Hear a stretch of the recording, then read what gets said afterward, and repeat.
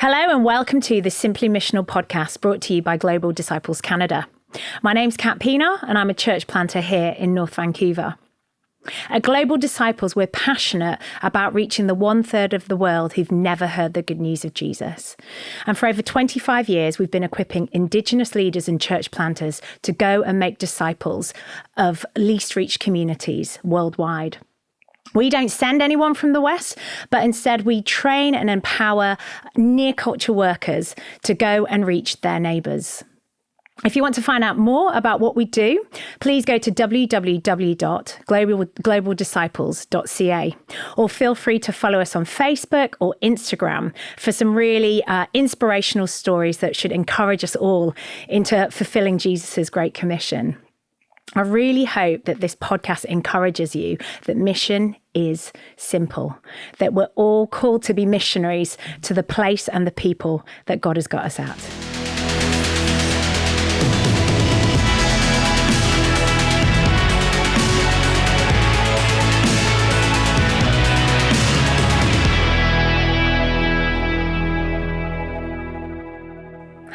Today, I'm very excited to introduce you to our third guest on this series. This is Joben David. Hello, everyone. Joben! Welcome. Thanks. Glad to be here. It's so good. It's so good to see you. Thank you for coming. You're my new friend, which I'm really excited about. I'll just do your bio quickly, if that's please. Okay. Perfect. So, Joben. It's part, of course. Joben David, the Executive Director of Jacob's Well in the Downtown Eastside in Vancouver. Joben is a firm believer in the human ability to exert positive change and is passionate about seeing people come together to be a part of that story. His own journey has taken him from his childhood in rural India to studying, travelling and working in various parts of the world. His eclectic professional experience includes stints at International Justice Mission, the Walt Disney Company and Compass Coffee, a coffee startup. David has a BA in philosophy and an MA in Christian ministry from Baylor University in Waco, Texas. He loves living near mountains and is always on the lookout for his next adventure. The next adventure being a sofa in North Vancouver. There you go. Yeah. The Lord moves in mysterious ways. Yeah. Welcome, Joben. Thanks, Kat. Do you want to give us like a little bit of an introduction into Jacob's Well and into some of the stuff that you're involved in there? Yeah. So Jacob's Well is a intentional community of friendship, is how I describe it. We're people focused, and we're in a neighborhood that is quite famous for, it has its issues, but also has an incredible place of welcome. And so we have a building of welcome, but also it's a community that lives and breathes sort of organically. So we're not a church, but also we're not a classical charity either. We're somewhere in the middle of both those things. And I'm sure we'll talk a little bit more about what that looks like as we go along. So obviously the Downtown Eastside's got a bit of a name for itself in Vancouver and in Canada. If I could just read a few stats that I found on your website about the DTES. So it's home to around, probably more now, 18,500 residents, many of whom face poverty daily. So around 5,000 are injection drug users. There are really high rates of HIV and Hep C. 1 in 5 have been diagnosed with a mental illness and many others go undiagnosed. 4,000 of them are underhoused. 800 are homeless. That tells quite a story already then. Yeah, I mean, that's the classical story that us outsiders is what I call myself. I'm an outsider in these rooms and in my own neighborhood, even though it's my neighborhood. But some of our journey is to not just see the need, but to see the person. And so, but that is our neighborhood. It is, I think, a beautiful place with a fair amount of shitty things too. But we're looking for the beauty in the places that God calls us to. So, and I see lots of beauty in the Downtown Eastside. So you talk about being community and friendship is kind of up there with your values and your priorities. Like, what does that look like? How are you a community of friendship? Yeah, I mean, so when I describe Jacob's Well, we've got, if we had to describe our pillars, it would be friendship and mutuality as one, prayer as another, and learning and teaching as the third. And so we were born out of a wonderful lady called Pauline Fell, who much later in life felt God was calling her to friendship. And so she would walk the downtown east side and just be friends with people. And so through her years, she built this group of friends that as she got closer to the end of her life, she felt God was asking to leave a legacy. And she said, well, God, I don't have any money, so I don't know what you're talking about. And then she felt God say, I want you to hand your friends down as a legacy. And so that's how Jacobsville was born, out of one woman answering God's call. Answering God's call, not in some profound, let me solve all your problems kind of way, but just being a good friend. And so that's the legacy that Jacobsville has. And of course, we change and we shift with, as the years go and the needs of our community go, or the people that form our neighborhood. But our community, we've got friends who have been around. Jacobsville's been around for 20 years, and we've got friends who've been around the whole time. But we have two ways. So we've got these welcome spaces. So we do things like a games night, a community kitchen where I call it the table of welcome, where everyone's welcome at it, but everyone cooks together, cleans together, then eat together. So that's the ethos of our place. And so which can be a stark contrast to sort of like, oh, I see your hunger, let me feed it. We're saying, I see you, bring your hunger in with you, it's fine. Yeah. Wow, so you're seeing the person as opposed to the need. Exactly. So that's exactly how I describe Jacobsville.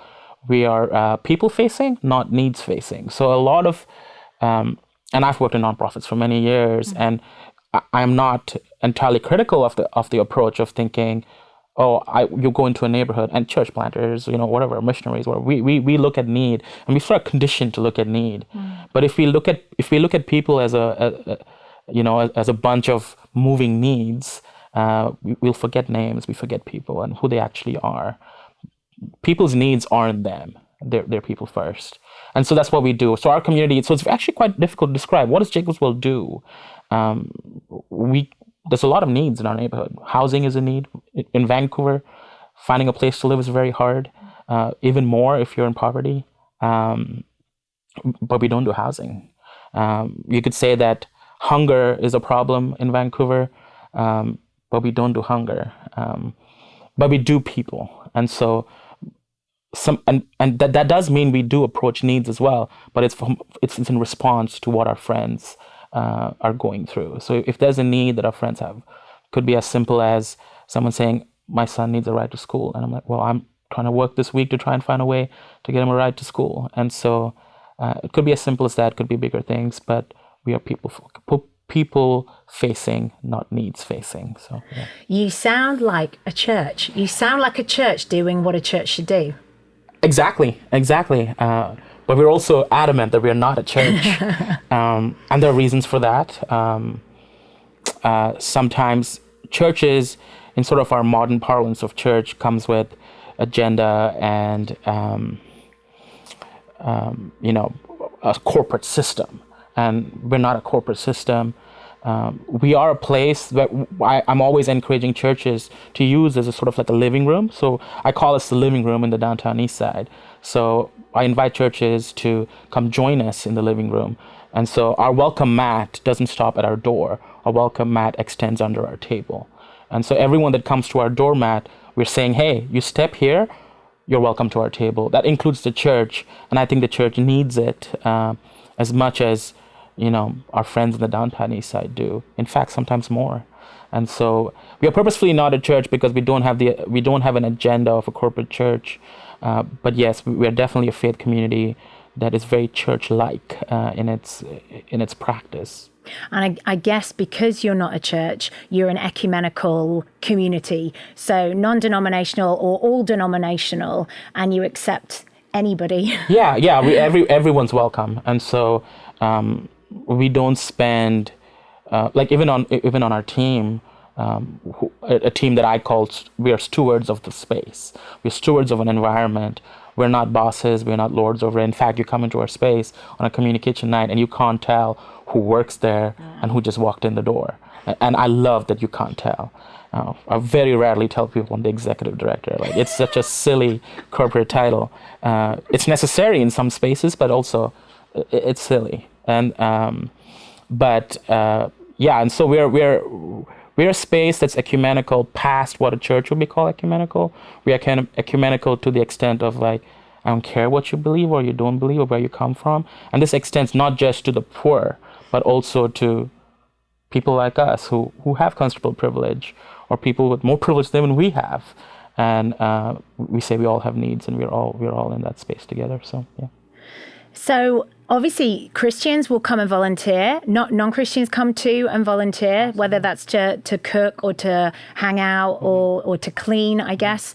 How do you kind of manage that? Because it would be easy for someone like me, who comes from a so-called privileged white middle class background, to come and be like, right, where can I come rescue people? Here, aren't I the savior? I mean, I'll bring my savior with me, but it's really me who's kind of going to do the saving here, because I've got so much resource. How do you graciously handle people like me who want to come and help out of good intentions but don't really get it? I mean, you just pitched that to me, didn't you? I mean, that's the same mentality I started with, is the idea that, I mean, God saved me, look at me, I'm going to be a hero. And reducing the need for heroes is part of our focus. And so I love watching this happen. So people come, can I volunteer? I'm going to come, I'm going to cook. And we use the word volunteer very loosely. We want to move people to community members as opposed to volunteers. Because essentially everybody in our space, no matter your background, no matter your demographic, is a volunteer. And I love watching people come in and say, what can I do? And I say, just sit there and just talk to Devin, and 2 hours later, they're like, I'm so sorry, I didn't do anything. And I said, no, I saw you talking to Devin. That's wonderful. That's exactly what you should do. And a switch goes off in their head where they're like, oh, that was me. It's like you were neighboring, you were building connection, and that's exactly what you should do. Doesn't mean we don't have things to do. And, there will be other days where you pitch in and you make a salad, or you cook our meal, or you sweep the floors. But everyone's welcome to the task. No matter who you are. The idea of like, I've got more strength than you, so I need to do the tough task, we just take that out of the equation, and we just let you be you. Tell your story. I want to hear your story just as much as I want to hear the needs of my community. And so, what are your needs? How do we respond to you? Like this year, in a very isolated year, a lot of our new volunteers, and again, using that term only because it's easy to access, have said, oh my gosh, I have no friends. No one's talking to me. I'm locked down. I can't talk to anyone. I'm going to volunteer. And then quickly, 3 weeks later, like, gosh, you're my only friends I have, and you're building this community, and you realize, I need this, and I want this. And it pushes all the questions of, I can only be friends with people who look like me and act like me and talk like me. And you suddenly realize, the world is a beautiful space where I can really connect. And from that connection, really shine God's light in unique ways, because God will show you the spaces where you need to lean into as you dive into friendship.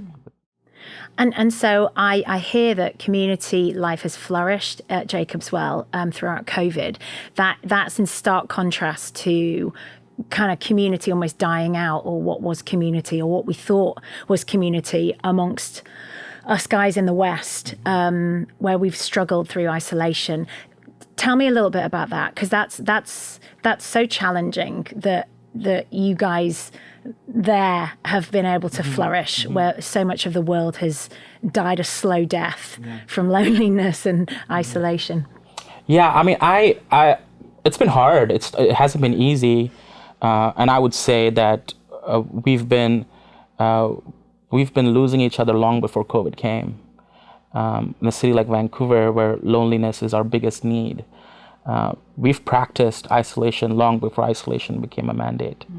And so the Downtown Eastside hasn't. The Downtown Eastside, I moved to Vancouver in January of 2020, month and a half before COVID hits. And I have friends in all sorts of neighborhoods. The only neighborhood that invites me home is in the Downtown Eastside. And so, and that's the thriving community is something the Downtown Eastside has done well long before I've been here, long before Jacob's Well's been around. And we'll continue to do that. And it's in stark contrast to the rest of Vancouver. And so it's not some magical, oh yeah, in COVID we did community well. It's just what we've always done. And it's been harder. We've had to limit the number of people in a room and things like that. But because there's a foundation of friendship, community continues to thrive. And so some ways that it's happened this year is we've dug deeper into one-on-one relationships with people. We've gotten to know each other so much more than the 2 hours in a little community meal can teach us. And that's been wonderful. We've really leaned into realizing that in some ways a charity community space cannot do deep friendship the way a family can. And that's the challenge I give to families and churches everywhere is if you've got families in your church, you've got incredible spaces of welcome that a charity can't do. And so we've leaned into houses in our own neighborhood, places of sanctuary, I would call, that, there are faith-based families that we've said, hey, treat our space as your living room, as you journey with people. We've realized the needs of needing housing, and we've helped friends locate into housing with community, which is way more sustainable than throwing someone in a one-room space somewhere just because we want to put a roof over their heads. And so in some ways we have thrived. We may not have thrived in sort of like, do we have large rooms of spaces? And this is kind of how even churches ascertain their success, right? They're like, oh, we had 300 people at service today. And it's really funny because my friends in Texas will laugh at me when I say 300 people because I think there's a lot of people. And you've got like 6,000 in the church, right? And I'm like, okay, how are you doing community with 6,000 people? And community's a buzzword these days, but small and people focused. And so that's what we've done this year. And so I would say community has thrived. And I don't say community has thrived in the organization I work for. It has thrived for me because I've built friendships that will last their lifetimes and my lifetime, in these unlikely spaces. And also, if you're someone that's asking, hey, where are the poor? Where are my poor in my city? I challenge you to in the middle of lockdown, well, the poor still need you, and they will welcome you in ways that those of us with the comforts of like a roof over our heads, lockdown's possible for us. It isn't possible. How do you lock down if there's no roof at all? Wow. So that's the questions we've been asking, and we haven't closed throughout COVID. We haven't advertised it, or we haven't talked, oh, look at all the things we've done, but we've just sort of subversively continued to do what we do.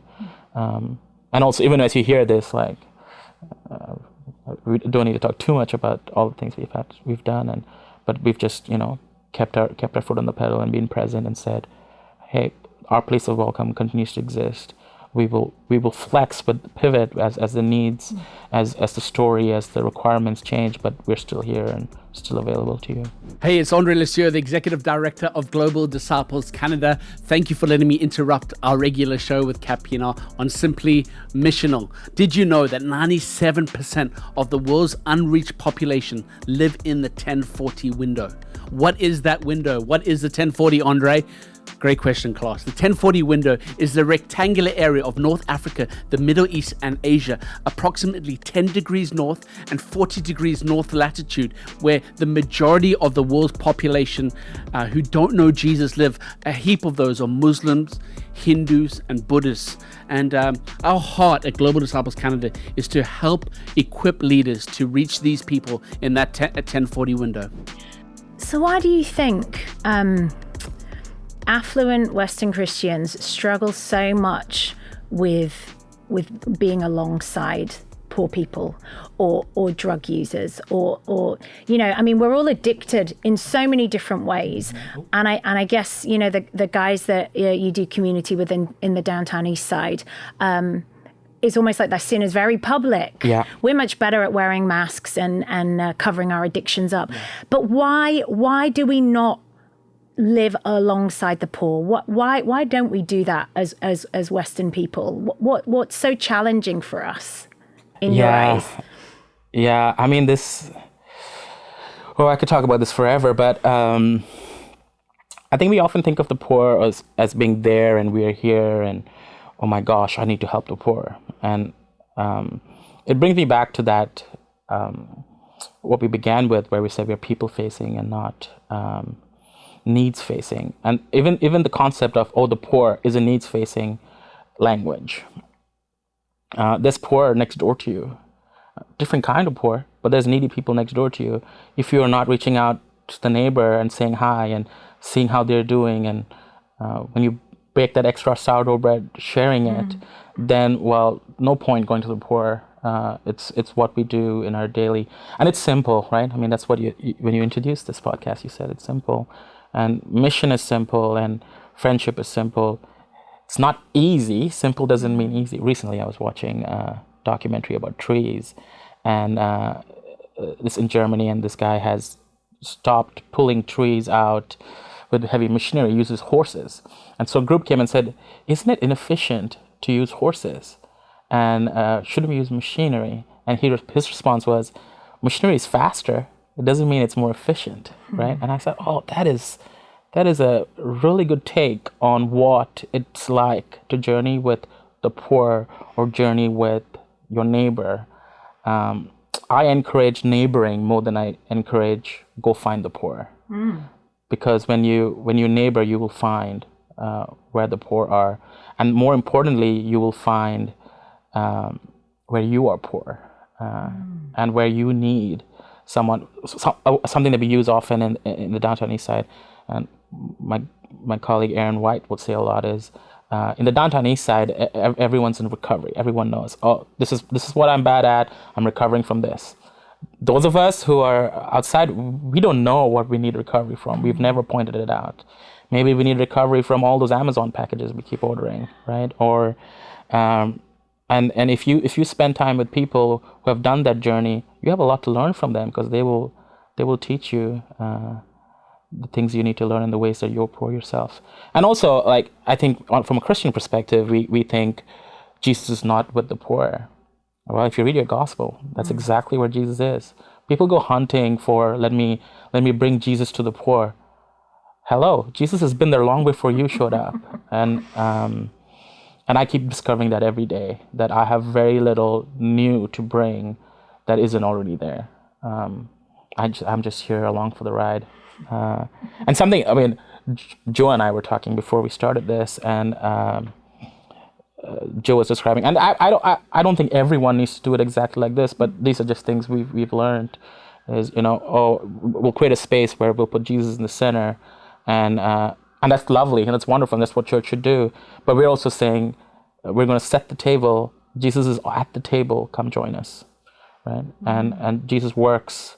I don't imagine Jesus as the classical Last Supper, where he's in the middle and his arms stretched, all the way to the end, like Mr. Fantastic. It just doesn't work that way. I think Jesus is at the table like everyone else, and he's inviting us to it. He's inviting us to serve, and sometimes Jesus doesn't serve. He just sits and chats, and that's lovely. And we want Jesus to be that person that he is, human, and you without the halo around, but you walk into space and you say, which one of these is Jesus? That's what we want to reflect. I think that's how Jesus did ministry. Amazing. I love that term neighboring that you use. I think, and the way that Jesus says that we're to love our neighbors. And actually, I think what you're talking about is the state of our hearts. So if we're not connecting with the poor or our neighbors, there's something going on in our hearts.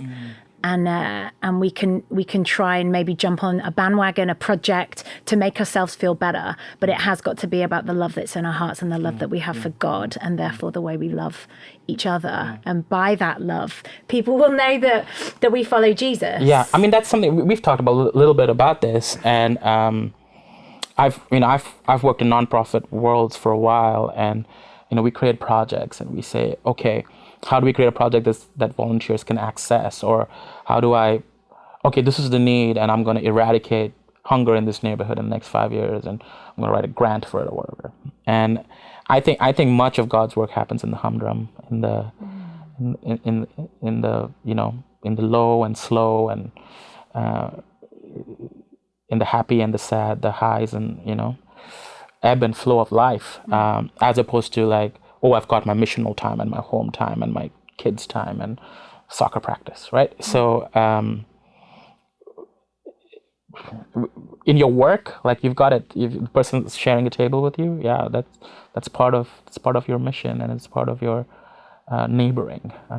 And family. I guess what you're Exactly. describing, the slow, the low, the humdrum, the boring, the angry, the sad, the highs, the lows. You are describing family. Those are family dynamics. And that's Exactly. what you're saying Jacob's Well is trying to be, does well at times, probably doesn't at other Imperfectly, times. yeah, Right. yeah. I mean, we some words that we use, and these are all the like someone yesterday is like, yeah, you use friendly and liminal and friendship. Liminal. And, liminal is a word I love. I absolutely love. My missions professor would love me for it. Just describe the word liminal to me, because I haven't got a clue. really? I've just been nodding like, Okay. oh yeah, liminal. Yeah. So liminal means on the threshold of. It's a beautiful word. I've spent much of my life in the liminal space because I'm a third culture kid. And the liminal space basically means I'm going to stay here where I'm anticipating change. It's that space when you open your door and there's that welcome mat.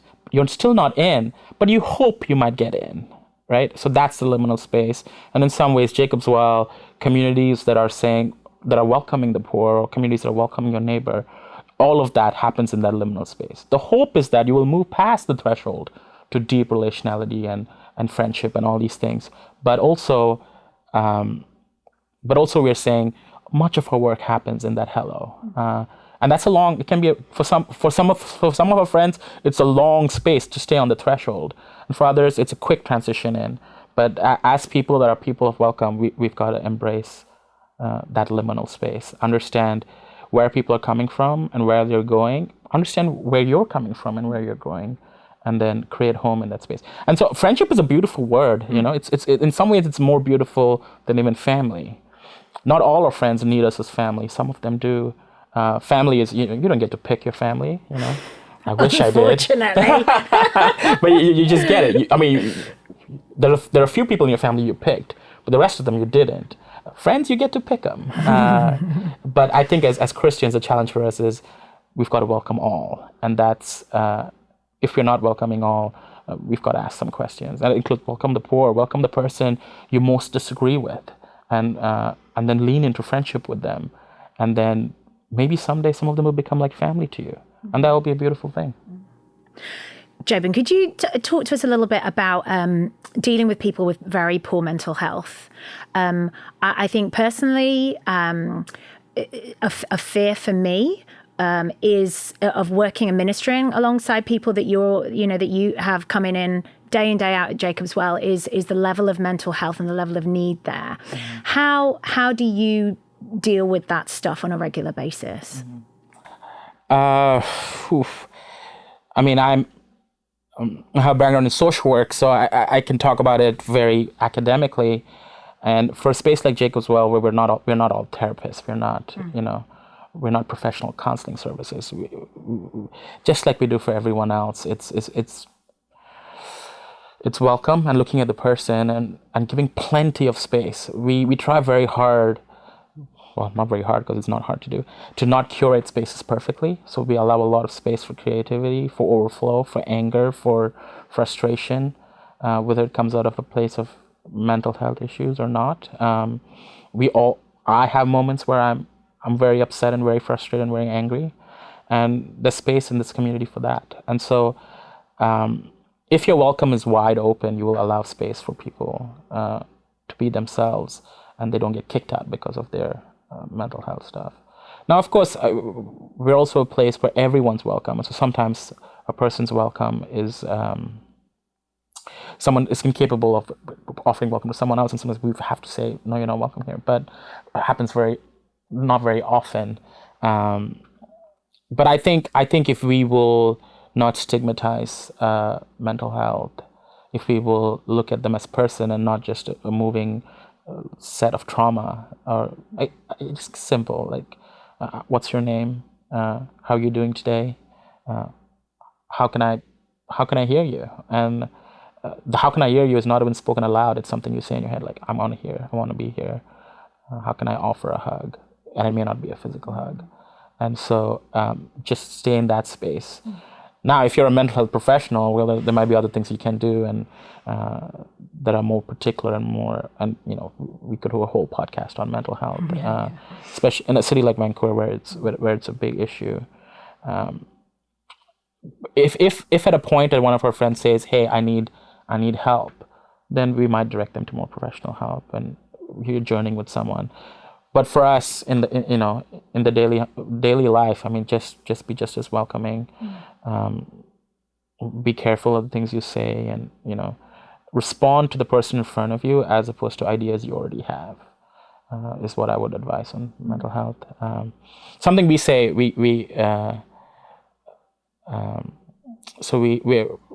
gosh, this is something I probably should have said earlier, but that's what I would say on mental health, and also understand that this year has been hard for all of us, and we all have mental health issues we need to deal with. And if people find common space, as opposed to like, "Oh, I don't have mental health, you have it, let me fix you." So how can we be fixed together? It's more the approach. I think there's the danger that we want to come in and solve and rescue, because we think, well, we've got so much to give to you guys, but you're so right. When I'm struggling, I don't want somebody to come fix me. I want them to sit with me and listen and be. And that's so powerful. Even just to be listened to is something quite foreign in today's world. We're not very good at listening to each other. So again, like you're talking about the simple things that we can do human to human. I mean, the least amongst us, right?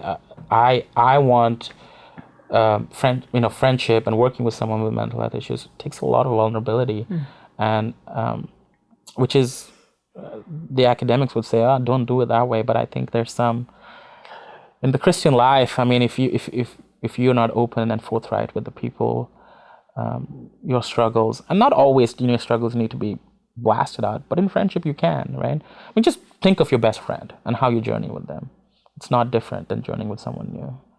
How did you build that friendship? You don't make best friends over one day. You make best friends over a lifetime, and that's the kind of friendship God calls us to, no matter what the person's going through. And it's hard.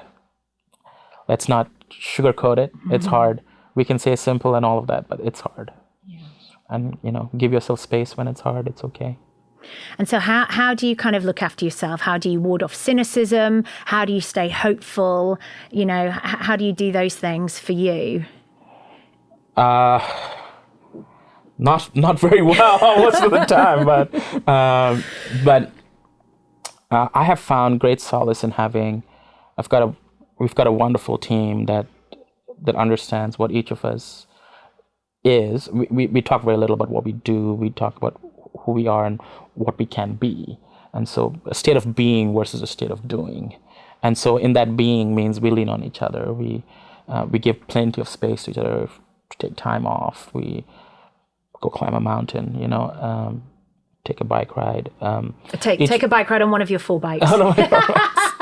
This guy takes cycling seriously. No, I take bikes seriously. I need to cycle more. But there's a lot of, if you can figure out, it takes time, what the fabric of life is, where your life is like interwoven with other people in a way where there's enough space for you to take time, but also within those times you're also, it's not all about giving. It's just, you turn left with other people, and then you will find that community will hold you up, and the times you need to be held up. And I found incredible homing with unlikely friends who, when I share, hey, I'm not doing very well, they're very happy to provide me space. Hey, come over for lunch.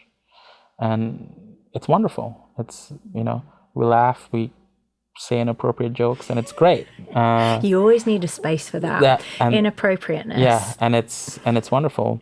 We'll go watch a movie. It's just if you can find, and I'm very lucky, and lucky is a weird word, but very privileged and honored that I get to do this. I get to take all of my time and find community, right? I mean, and I totally understand it's not something everyone can do.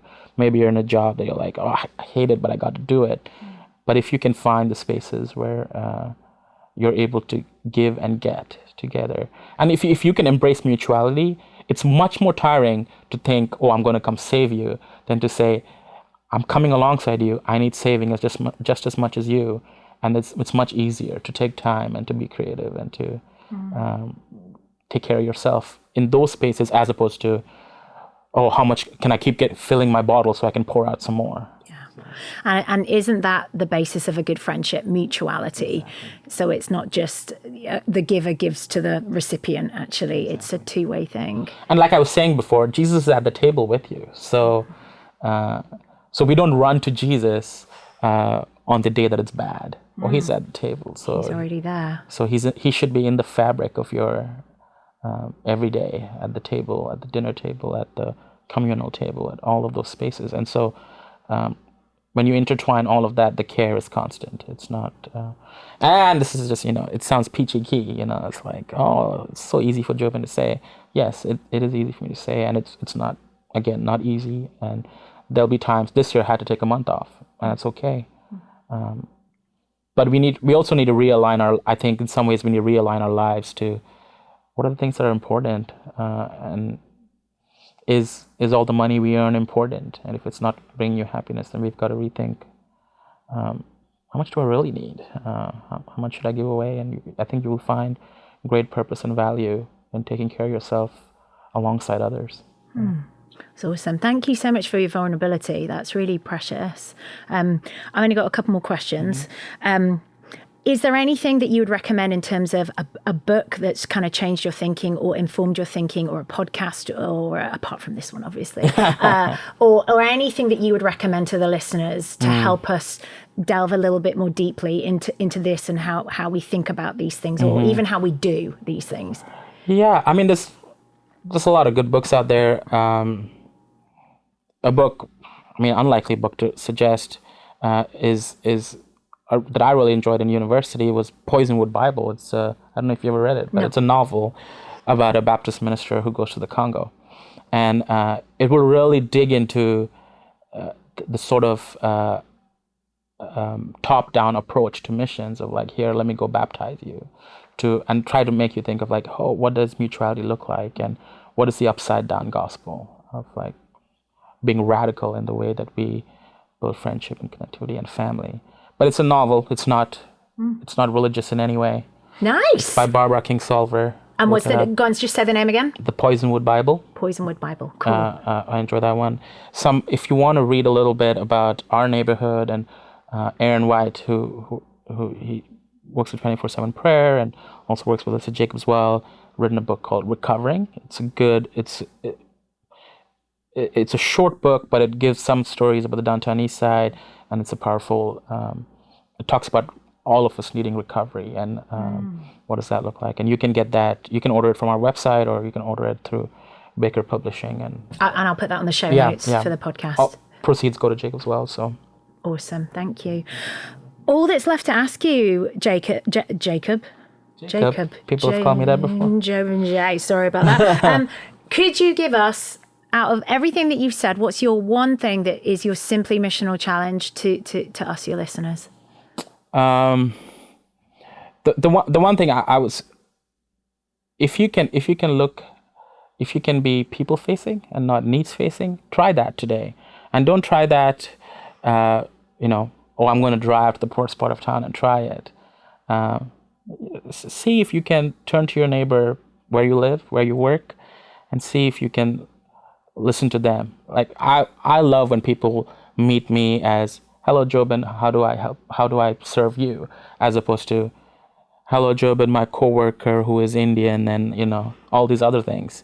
If we can just be human and like be people facing in our approach, and I think you'll find Jesus in those spaces.